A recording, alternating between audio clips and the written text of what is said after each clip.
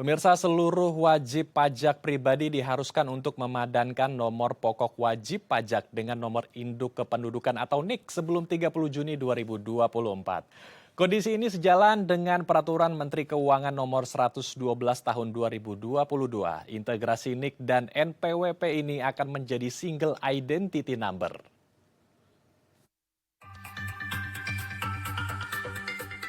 Pemadanan NIK menjadi NPWP merupakan implementasi dari Undang-Undang Nomor 7 Tahun 2021 tentang harmonisasi peraturan perpajakan di mana pemerintah ingin menerapkan Single Identity Number yang membantu sinkronisasi, verifikasi, dan validasi dalam rangka pendaftaran dan perubahan data wajib pajak sekaligus untuk melengkapi basis data di file induk wajib pajak.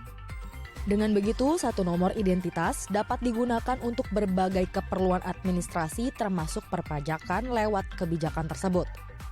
Wajib pajak yang tidak melakukan pemadanan NIK menjadi NPWP hingga batas waktu yang sudah ditentukan akan mengalami kendala dalam mengurus sejumlah layanan ke depannya. Validasi NIK NPWP bisa dilakukan melalui pemutakhiran data secara mandiri oleh wajib pajak di laman pajak.go.id menggunakan identitas atau NPWP masing-masing melalui call center kering pajak 1.500-200 atau datang langsung ke kantor pelayanan pajak terdekat.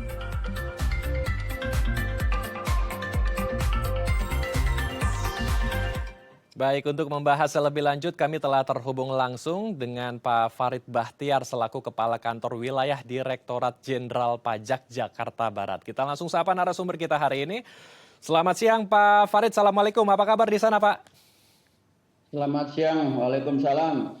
Terima kasih Pak Andrew. Kami semua di sini dalam kondisi sehat walafiat.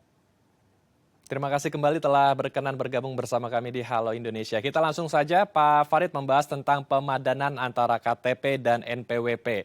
Mungkin masih banyak masyarakat di luar sana dan pemirsa di rumah yang masih bingung dan bertanya-tanya kenapa Pak perlu dilakukan pemadanan KTP dan NPWP. Apakah seperti yang disebutkan di tayangan tadi ada sejumlah sistem layanan administrasi yang bisa dipermudah seperti perpajakan Pak Farid?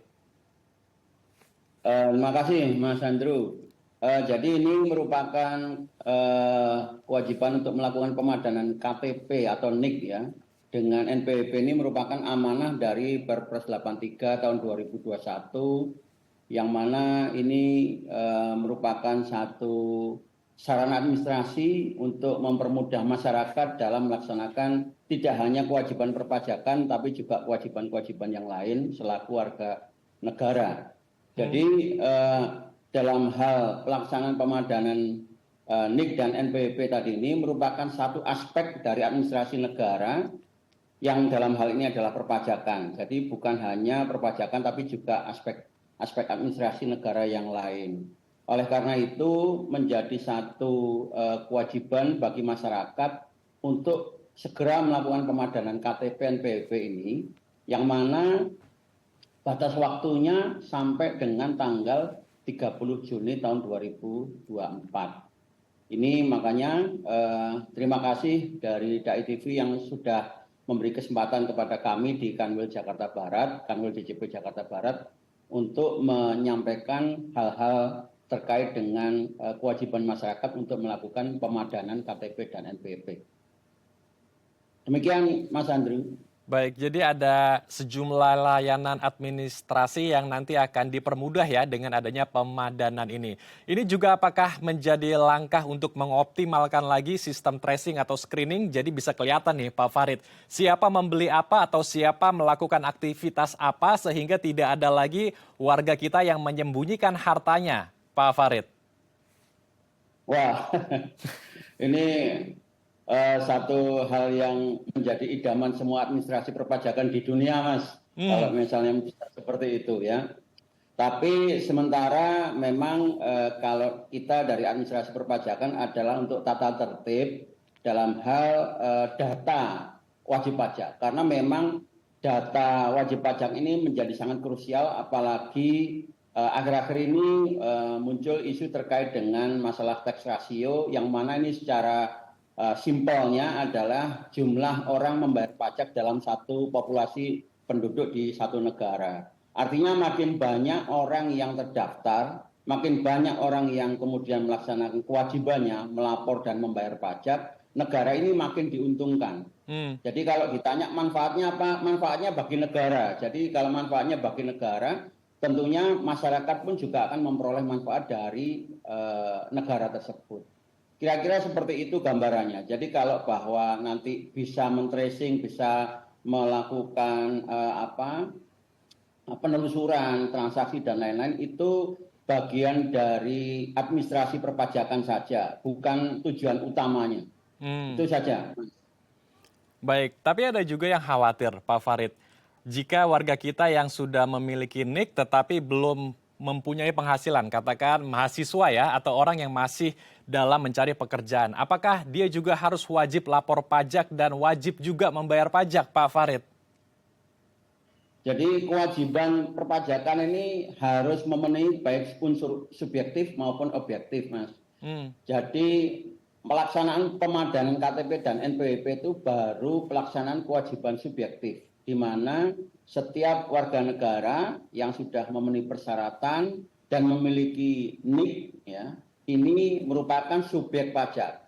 Ketika subjek pajak tadi itu memperoleh penghasilan, yang mana penghasilan tersebut adalah objek pajak, dan sesuai dengan ketentuan penghasilan tersebut di atas PTKP, baru yang bersangkutan dikenakan pajak.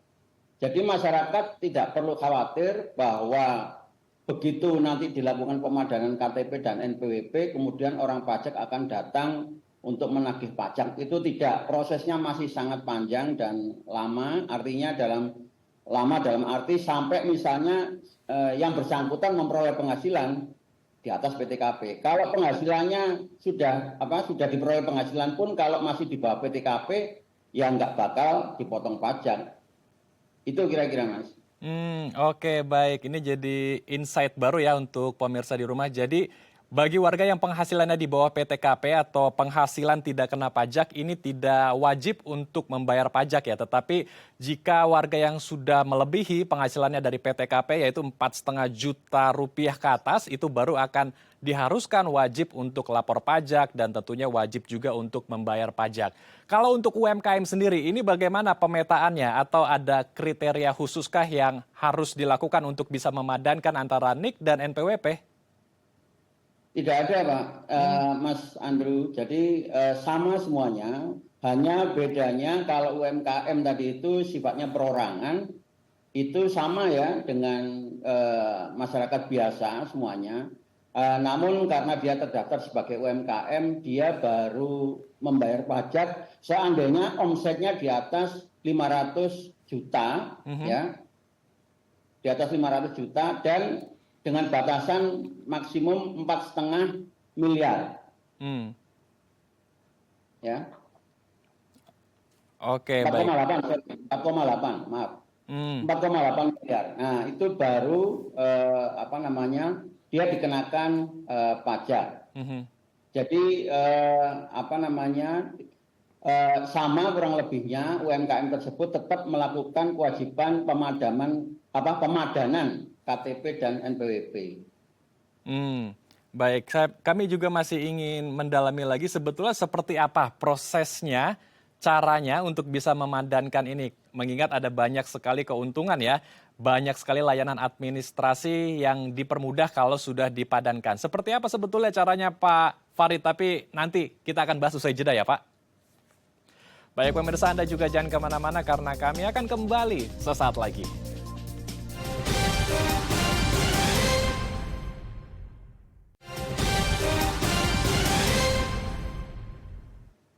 Terima kasih pemirsa, Anda masih bersama kami di Halo Indonesia. Kita akan melanjutkan diskusi kita bersama dengan Farid Bahtiar, Kepala Kantor Wilayah Direktorat Jenderal Pajak Jakarta Barat. Pak Farid, melanjutkan pertanyaan saya di segmen sebelumnya. Sebetulnya seperti apa Pak proses teknis di lapangan untuk bisa memadankan antara NIK dengan NPWP? Ya. Jadi untuk proses ini sangat mudah sekali, masyarakat hanya cukup berkunjung ke website kami di djponline.pajak.go.id. Ya. Artinya itu bisa dilakukan baik melalui komputer, laptop maupun telepon seluler atau HP yang terhubung dengan internet. Jadi sangat mudah dan prosesnya juga sangat simple. Warga cukup menyampaikan memasukkan menggunakan NIK yang 16 digit tadi itu ke untuk login ke website tersebut. Jadi kalau lupa password pun nanti juga dimudahkan juga di sana sehingga masyarakat bisa melaksanakan proses kewajiban tadi itu dengan baik. Sama kurang lebih kalau kayak kita buka email lupa password atau buka akun bank kita lupa password, nah tinggal diklik lupa password juga sudah bisa terhubung dan kita akan dibimbing untuk bisa sampai login dan kemudian melaksanakan pemadanan. Pemadanannya cukup mencocokkan NIK-nya dengan NPWP yang sudah berlangsung, yang sudah dimiliki ya bagi WP lama. Untuk WP baru ya cukup dengan NIK saja. Ya, itu sudah otomatis menjadi NPWP-nya. Nah, ini yang ditampilkan itu adalah screenshot video terkait dengan cara untuk melakukan pemadanan.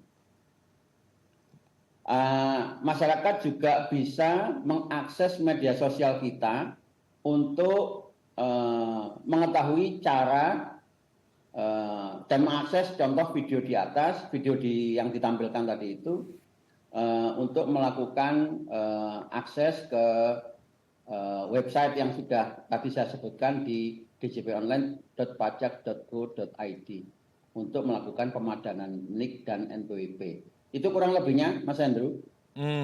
Baik. Jadi bisa diakses secara online dan juga tentunya offline ya, bisa langsung memadankan di kantor-kantor pajak di dekat wilayahnya masing-masing, begitu ya Pak Farid ya. Oke, sejauh ini sudah ada berapa banyak Pak warga kita yang sudah memadankan NIK dengan NPWP-nya? Mengingat beberapa tahun belakang saat pandemi ada beberapa masalah yaitu ada ditemukan NIK yang ganda, double NIK. Ini bagaimana Pak? Ya, memang nanti ketika misalnya masyarakat menjumpai ada double NIK misalnya ketika melakukan akses, itu aplikasi DJP online tadi itu akan meminta masyarakat memilih salah satu yang menurut masyarakat sah. Ya, setelah NIK yang sah tadi itu digunakan, dia akan diadu dengan NPWP-nya, sementara NIK yang double tadi, yang sisanya, yang artinya yang salah misalnya, itu akan disampaikan ke Dukcapil yang nantinya oleh Dukcapil akan dihapus. Jadi kita selalu berkoordinasi secara sistem dengan pihak Dukcapil untuk melakukan pemadanan NIK ini tadi. Gitu Mas. Jadi nggak perlu khawatir masyarakat nanti bingung yang mana NIK-nya. Ya, tinggal masyarakat aja menentukan NIK yang benar yang selama ini digunakan untuk segala macam administrasi, ya, itu ditentukan mana yang benar dan dicocokkan dengan NPWP-nya, dilakukan pemadanan. Sisanya akan dilakukan penyelesaiannya secara sistem oleh sistem kita DJP dengan Dukcapil untuk dilakukan sinkronisasi. Gitu Mas. Baik, lalu bagaimana juga dengan warga yang misalnya saat ini bekerja tetapi penghasilannya ini masih di bawah PTKP, di bawah 4,5 juta rupiah, namun seiring berjalan waktu gajinya tentu akan meningkat dan bisa melebihi dari PTKP tersebut, 4,5 juta tersebut. Ini apakah ada sistem monitoring juga dari Dirjen Pajak untuk mengawasi warga kita agar ya bisa lagi tertib dalam wajib lapor pajak dan membayar pajak, Pak Farid? Ya, yang pertama melalui pihak pemberi kerja. Ya, pihak pemberi kerja diberikan satu kewajiban untuk melakukan pemotongan.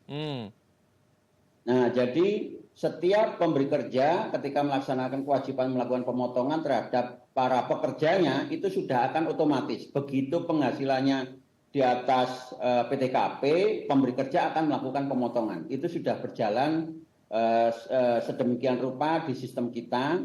Jadi pemberi kerja ikut melakukan pengawasan kewajiban tadi. seandainya pemberi kerja lalai melakukan pemotongan, yang menanggung beban pembayaran pajak tadi adalah si pemberi kerja. Makanya dengan mekanisme withholding ini yang juga sudah lama dikenal oleh hampir seluruh administrasi perpajakan di dunia, sistem ini berjalan dengan cukup baik ya, melalui pemotongan oleh pihak ketiga, dalam hal ini pemberi kerja. Yang kedua, pelaporan sendiri oleh para wajib pajak masyarakat. Nah, di sini kami juga mengandalkan data yang kita himpun dari berbagai instansi, lembaga, ya, administrasi pemerintahan, asosiasi dan lain-lain yang menyampaikan data ilat istilahnya ya kepada kami di DJP. Nah, data tersebut yang kemudian kita gunakan sebagai cross checking untuk mencocokkan apakah seseorang tadi itu menerima penghasilan di atas PTKP atau tidak, atau memperoleh penghasilan lain di luar penghasilan rutin dia yang mungkin belum dilaporkan di SPT. Baik. Demikian, Mas. Baik, kita harapkan sistem pemadanan NIK dan NPWP ini bisa lebih mengoptimalkan kembali sistem perpajakan dan administrasi kita. Terima kasih Pak Farid telah bergabung bersama kami di Halo Indonesia. Salam sehat. Assalamualaikum Pak Farid. Waalaikumsalam. Terima kasih untuk semuanya, untuk Dai TV. Harapan warga Jakarta menyambut status baru sebagai kota bisnis global. Seperti apa informasinya? Usai jeda tetap di Halo Indonesia.